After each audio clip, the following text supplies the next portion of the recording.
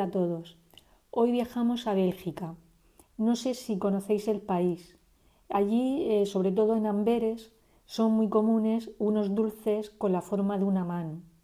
Dicen que esos dulces son para inmortalizar una leyenda. Cuenta la leyenda que un gigante construyó un castillo y empezó a cobrar a todo aquel que quisiera cruzarlo. A los que se negaban a pagar les cortaba la mano y la lanzaba al río. Pero un día apareció la figura de un héroe que se atrevió a desafiarle. El héroe le pagó con la misma moneda y terminó por cortar la mano al gigante, arrojándola al río. Aquel héroe lo recuerdan con una escultura que se levanta en la plaza central de la ciudad de Amberes, y al gigante con los dulces en forma de mano. Es más, el propio nombre de la ciudad lleva implícita la leyenda, porque Amberes en neerlandés es Antwerpen, y Ant significa mano, y Werpen significa lanzar. Otros dicen que esas manos son un homenaje al pueblo congoleño, y esto ya no es leyenda, es historia. Y para hablar de esta historia hay que hablar de un rey, del rey Leopoldo II de Bélgica. En la época de este rey, el reino de Bélgica era muy joven. De hecho, él era su segundo rey, hijo del anterior rey Leopoldo I. Pero Leopoldo I no fue rey de Bélgica por herencia dinástica ni por conquista. Lo fue a petición de los británicos. ¿Y por qué de los británicos? Pues porque fueron los que les ayudaron en el año 1830 a independizarse del holandés Guillermo I, príncipe de Orange-Nassau, y lo hicieron si a cambio colocaban como rey del nuevo reino a un descendiente de los Sajonia-Coburgo, requisito que cumplía Leopoldo I. Y su hijo Leopoldo II heredó el reino de Bélgica en el año 1865. Pero Bélgica ya sabemos todos que es un país territorialmente hablando muy pequeño y tampoco tenía colonias. Y Leopoldo II era muy ambicioso. Él tenía una teoría. Solía decir que país pequeño, gente pequeña. Y él no quería ser pequeño. Quería estar a la altura de otros países europeos que sí que tenían colonias. Entre sus fantasías se le pasó por la cabeza colonizar una parte de Argentina. Luego se dirigió a Filipinas y pidió precio a los españoles. El precio que le pidieron fue muy elevado y entonces abandonó la idea. Todo esto le llevó a que se fijara en la inmensa cuenca del río Congo. Pero sigamos conociendo la figura de Leopoldo II. Otro rasgo de su personalidad es que era muy embaucador. Eso lo sabemos ahora, pero no se sabía cuándo organizó una conferencia geográfica internacional en el Palacio Real. A ella asistieron grandes exploradores y en esa conferencia fue donde expresó su gran proyecto. Quería construir rutas que se abrieran hacia el interior del Congo y puestos hospitalarios, científicos y pacificadores. Había que premiar tanto altruismo y fue elegido presidente de la Asociación Africana Internacional. Con el tiempo, esa asociación se transformó en la Asociación Internacional del Congo. Leopoldo siguió en su línea, trabajando su imagen de filántropo, por ejemplo, costeando el viaje de misioneros a esos lugares, hasta que en 1885 consiguió que 14 naciones reunidas en Berlín, en la llamada Conferencia de Berlín, entre esas naciones estaban Gran Bretaña, Francia, Alemania y Estados Unidos, acordaran la creación del Estado Libre del Congo. Y aquí viene lo bueno, y que ese territorio fuera propiedad del rey. Para que os hagáis una idea, eso suponía una extensión equivalente a 20 veces el tamaño de Bélgica. A cambio, dijo que se comprometía a abolir la esclavitud y a cristianizar a los indígenas. También se comprometía a que los recursos económicos que se produjeran en dicho estado se invirtieran en el desarrollo de la población nativa. Todo ello, como no, controlado por Leopoldo II. Cuando una persona se toma tantas molestias para fingir lo que no eres, tiene que ser por algo muy importante, algo que te compense tanto esfuerzo. Y el ya Estado Libre del Congo tenía un gran tesoro entre sus bosques, el caucho. El caucho era lo que necesitaba John Dunlop para fabricar las ruedas de los automóviles, y dio la casualidad de que durante el reinado de Leopoldo II se disparó la demanda. Pero ¿quién pone a Leopoldo sobre la pista del caucho? Pues Henry Morton Stanley. Esta persona era un gran explorador y estaba convencido de las posibilidades comerciales de esos territorios, y también sabía lo fácil que iba a ser transitar en toda esa zona, gracias a los afluentes del río Congo. Para poner en marcha el negocio, lo primero que se necesitaba era mano de obra para hacer frente a la fuerte demanda. Así que utilizaron a los nativos para la recolección del caucho. Y cuando digo utilizaron, es en el peor sentido que tiene la palabra, porque al principio se les daba 1 centavo por libra de caucho, pero muy pronto ya no se les dio dinero. Su trabajo se convirtió en el impuesto que todas las personas que vivían en esa tierra tenían que pagar por estar allí. Es decir, que las tierras eran suyas, pero que les hacían pagar un tributo por estar en esas tierras. Y es que los nativos no sabían que sus tierras habían sido vendidas por ellos mismos. Y de esta artimaña se encargó el tal Henry Morton Stanley. Hizo creer a unos nativos que no sabían leer ni escribir que los contratos que firmaban era su compromiso a trabajar en las obras públicas de la Asociación Internacional del Congo, cuando en realidad lo que estaban firmando era la cesión de la propiedad de sus tierras a dicha asociación.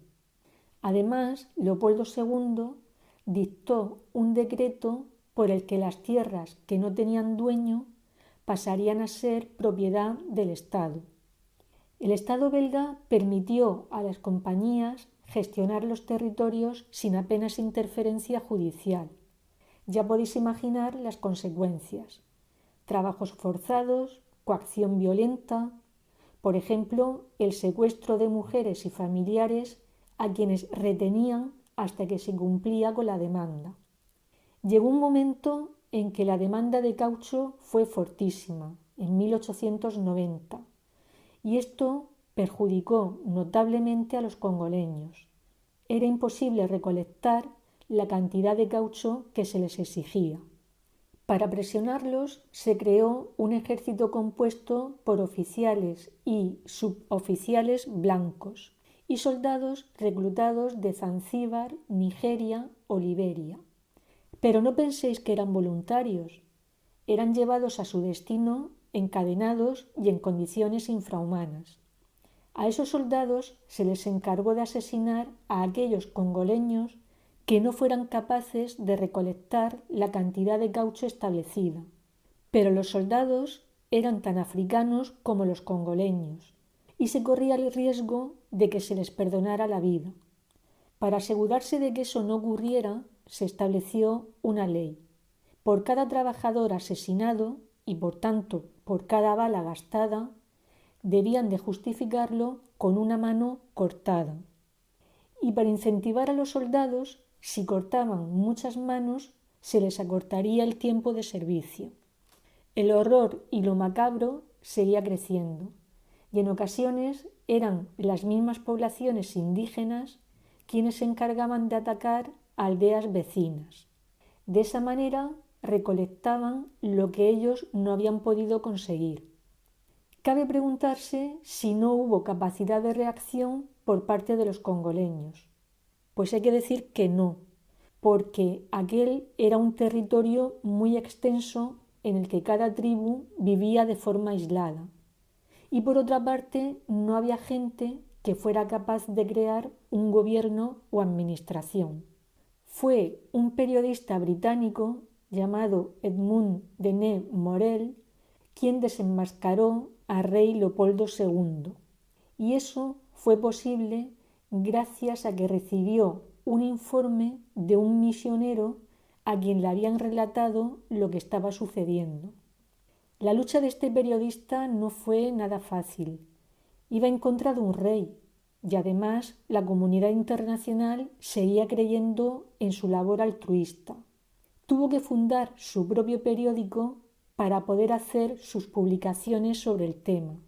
Pero ahí no paró. Fue a Estados Unidos y se entrevistó con el presidente Roosevelt, a quien exigió que hiciera algo al respecto. Otro éxito fue lograr que el arzobispo de Canterbury se manifestara en contra de todo lo que estaba sucediendo en el Congo. Sus esfuerzos merecieron la pena porque consiguió que el Foreign Office, con Sir Edward Grey, empezara a interesarse por el asunto. A partir de ahí fue cuando se empezaron a levantar muchas voces en Europa y Estados Unidos contra Leopoldo, voces que ya eran de importantes personajes políticos y económicos. Se formaron comisiones de investigación para averiguar la veracidad de las acusaciones contra Leopoldo. El mismo gobierno belga tuvo que intervenir haciendo sus propias investigaciones. El resultado de todo ello fue la anexión por parte del gobierno belga del Congo, es decir, que dejó de ser propiedad particular de Leopoldo II.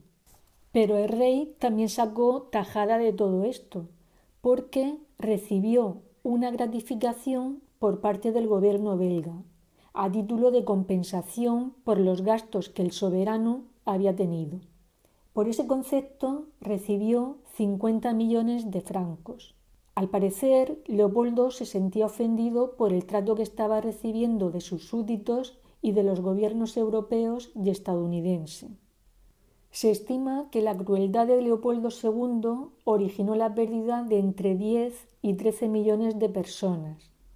También habría que responsabilizar de la muerte de esas personas a todos los países que firmaron el Pacto de Berlín, porque no crearon ningún medio de control ni establecieron garantía alguna en el cumplimiento de los acuerdos. Leopoldo II de Bélgica falleció el 17 de diciembre de 1909, a los 74 años. Murió sin ser juzgado por ningún tribunal.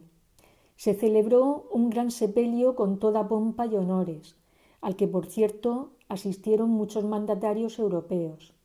Está enterrado en la iglesia de Notre Dame de Laeken, junto a su esposa María Enriqueta de Austria, con la que tuvo 3 hijas y un hijo, el que hubiera sido su sucesor, pero falleció por una neumonía después de haber caído a un estanque. A Leopoldo II le sucedió su sobrino Alberto, quien reinó con el nombre de Alberto I. Se calcula que en 23 años se embolsó cerca de 220 millones de francos de la época. De esa inmensa fortuna, muy poco tuvo que llegar a sus hijos, y de eso se encargó una mujer. Se llamaba Blanche Celia Josephine de Lacroix, pero era conocida como Caroline Lacroix. Leopoldo II y Caroline se conocieron en París, cuando ella tenía 16 años y el rey 65. Caroline ejercía la prostitución en esa ciudad, en París. La convirtió en su amante y le concedió un título nobiliario, baronesa de Vauban. El rey le regalaba grandes cantidades de dinero que ella despilfarraba, y eso era de dominio público, porque el pueblo la llamaba la reina del Congo. Leopoldo quiso casarse con ella 5 días antes de su muerte, pero al no efectuarse la boda civil, requisito que era necesario en Bélgica, la justicia belga invalidó el matrimonio. La baronesa vivió junto al palacio del rey y éste construyó un puente sobre las paredes de limitación para poder visitarse disimuladamente, aunque ya digo que el asunto era de dominio público. Una anécdota de su enamoramiento fue que en una ocasión Caroline se quejó de que el tren nocturno de París a Bruselas salía demasiado temprano y a ella no le daba tiempo a realizar todas sus compras. ¿Qué hizo Leopoldo? Pues retrasar el tren 1 hora. A los 7 meses de morir Leopoldo, Caroline se casó con Duryea, el hombre que había sido su proxeneta y con el que había estado engañando a Leopoldo durante toda su relación. Él le ayudó a robar los papeles necesarios para asegurar su fortuna heredada y mantenerla protegida de los otros miembros de la familia de Leopoldo. Las 3 hijas de Leopoldo intentaron recuperar parte de la riqueza, pero estaba oculta y recibieron muy poco. Caroline y Duryea se divorciaron y ella pudo mantener intacta la mayor parte de su riqueza, aunque tuvo que darle $1.000.000 a su ex para poder conservar la custodia de sus 2 hijos. Y esta es la historia que quería contaros hoy. Afortunadamente se ha ido conociendo todo lo que pasó en el Congo a través de la literatura y del cine. Por ejemplo, el escritor anglo-polaco Joseph Conrad, que escribió El corazón de las tinieblas. También el creador de Sherlock Holmes, Conan Doyle, que escribió un tratado titulado Crimen en el Congo. Y hay una película que se titula Ritual y que refleja perfectamente lo que sucedió en el Congo. Como veis, todo lo que pasó en el Congo es un auténtico disparate y es algo que no debemos olvidar. Y no lo debemos de hacer pues para preservar la memoria de todas aquellas personas que lo sufrieron. Y hasta aquí el vídeo de hoy. Que paséis una buena semana.